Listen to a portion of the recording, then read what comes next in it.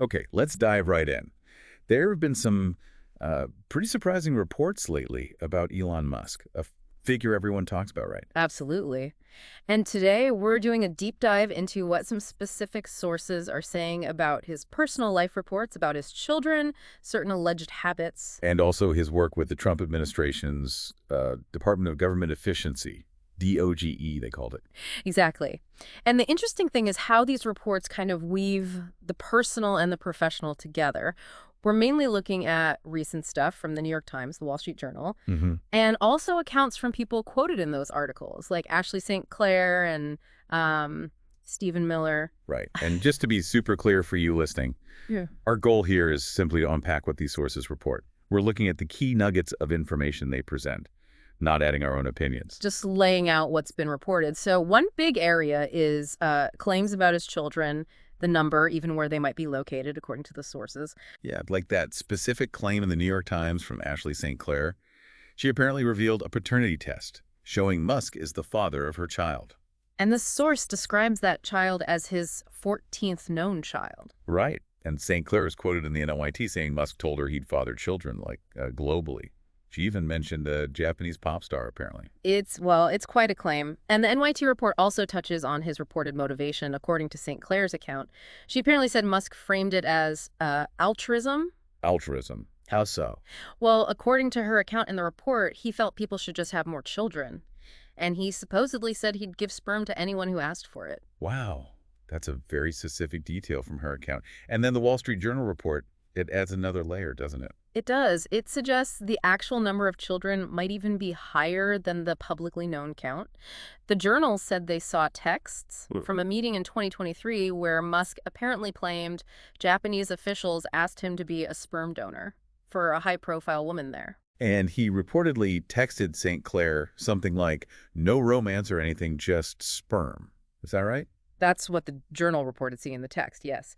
And they also noted Musk later told St. Clair he did provide the sperm. The woman wasn't named, though.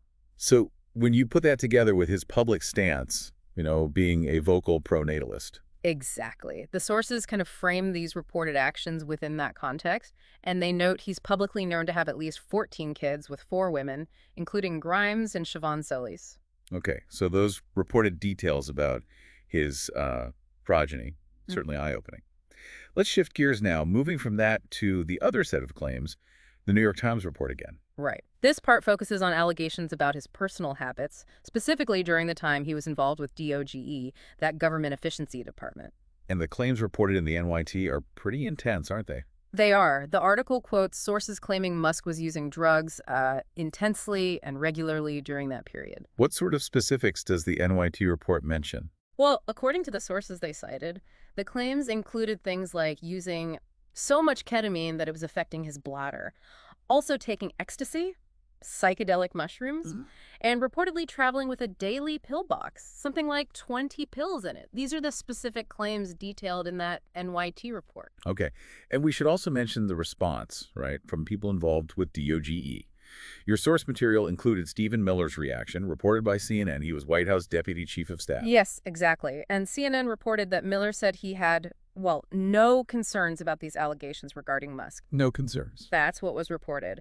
He apparently praised DOGE's work, said it rooted out waste and corruption, and specifically thanked Musk for leading it. Miller claimed it saved taxpayers billions. Right. And again, for you listening, we're just relaying what the sources report Miller said in response. Absolutely. Just piecing together the accounts presented in these different reports. So bringing it back to you, the listener, when you look at these details reported across different sources, the claims about the children, the context described by people quoted, the reported specifics about personal habits during government work, and the response from someone like Miller, you get, well, a complex snapshot, right?